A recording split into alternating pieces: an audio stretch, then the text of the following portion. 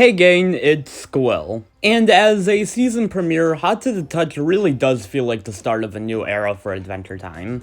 I mean, it's season 4 now, no more of this will they won't they crap with Finn and PB. They obviously won't. Let's give Finn a new love interest and open up some new stories for him. And while we're at it, let's bring back some old one-off characters and give them new stuff to do. Even the way this one begins is unique compared to other episodes up to this point. Not only is it the first season premiere to directly follow up last season's finale, but it's also the first episode to begin right where another episode left off.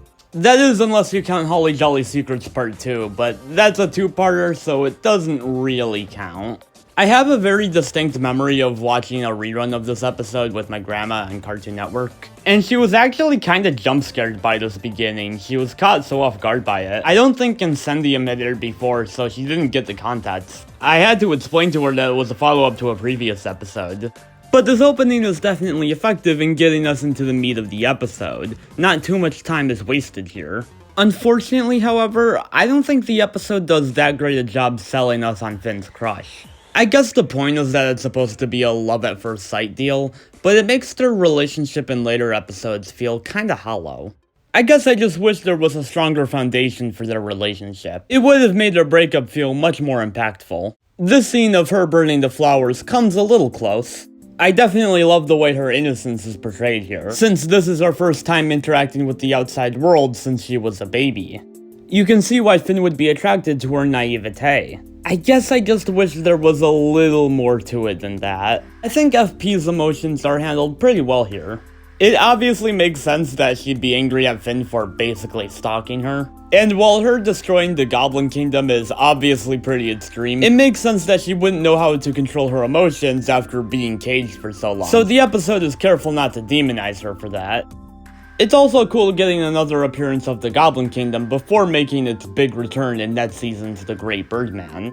But I also like the ultimatum that this gives Finn. We got a pretty love-struck version of Finn in the first half of the episode, so it's cool to see him snap out of it and be a hero again in the second half. Finn needing to save the Goblin Kingdom without hurting Flame Princess is a good conflict for the episode. Him needing to choose between his heroism and his love for Flame Princess. You can tell it's a Rebecca Sugar episode because Finn is an emotional wreck. Look at those bags under his eyes, don't you feel sympathy for him? But the real star of the show here has gotta be Neptr. It was a great decision to bring the character back after being absent in seasons 2 and 3. And this episode definitely also marks the beginning of jokes about Neptr being neglected. Y'all know me, I'm a Neptr guy.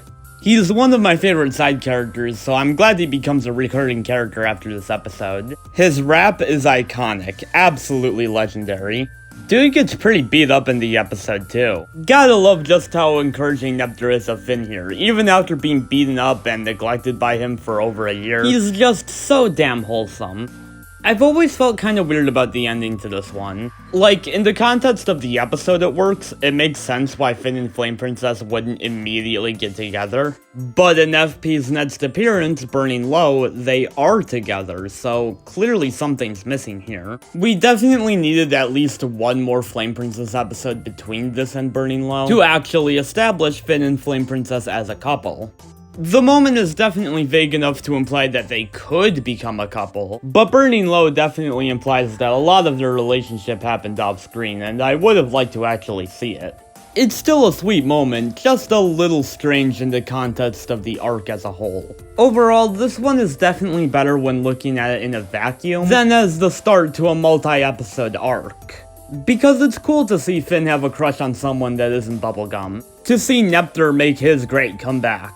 And that climax at the Goblin Kingdom is awesome, but the episode falters when it comes to properly setting up this relationship, which creates problems down the line when we're expected to care about it. We definitely get some solid emotions out of Finn, but I wish we had a better understanding of why he felt those emotions. Why he likes Flame Princess the same way he likes bubblegum. But hey, at least we got Neptr back.